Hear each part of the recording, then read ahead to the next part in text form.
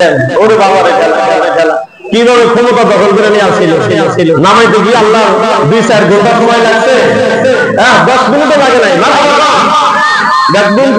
অবস্থা দেখেন না, ওরে বাবা রে ঢেলা ধরা মরা খেয়ে কি মায়ের মাইটের খাইয়া অবস্থা গুরুতর নিয়ে গেছে।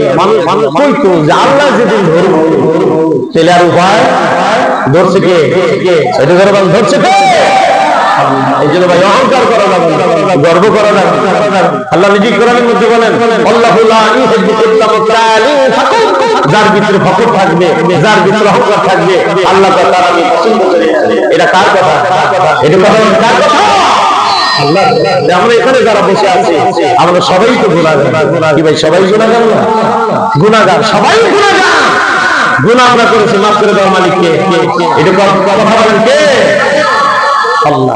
আমি সেদিন ফেসবুকে দেখলাম কালীহাটির এমপি কি সিদ্দিকী জানি লতিফ সিদ্দিকী ওরে এক মাহফিলের মধ্যে কইছে আমি গুনাহ করি নাই, কইছে আমার গুনাহ নাই, তো হুজুরও মনে করতে আমি মনে করতে ও ভাই আমরা এটা কোনো গ্যারান্টি দেওয়া যাবে যে আমরা গুনাহ করি নাই?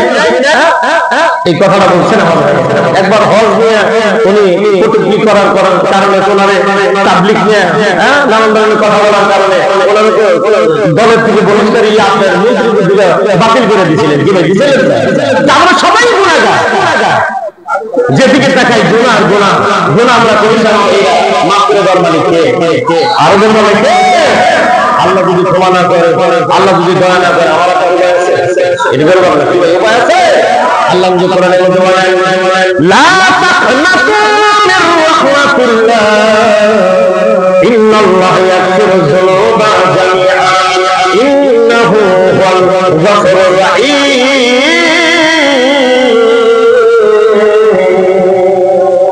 আল্লাহ আমার আল্লাহ কে বান্দারে পাহাড় সমপরিমাণ যদি তোমরা গুনাহ করো, গুনাহ করার পর তোমরা যদি তওবা করার কারণে আমি আল্লাহ তাআলা তোমাদের জীবনের গুনাহগুলো মাফ করে দিয়ে দিব। এদিকে সুবহানাল্লাহ। এই জন্য গুনাহ মাফ করে দেওয়ার মালিক কে? হযরত আবু বকর সিদ্দিক রাদিয়াল্লাহু আনহু কুফা নগরে একটা মানুষ মারা গেছে, একটা লোক মারা গেছে। তো মানুষ মারা গেছে তো হযরত আবু বকর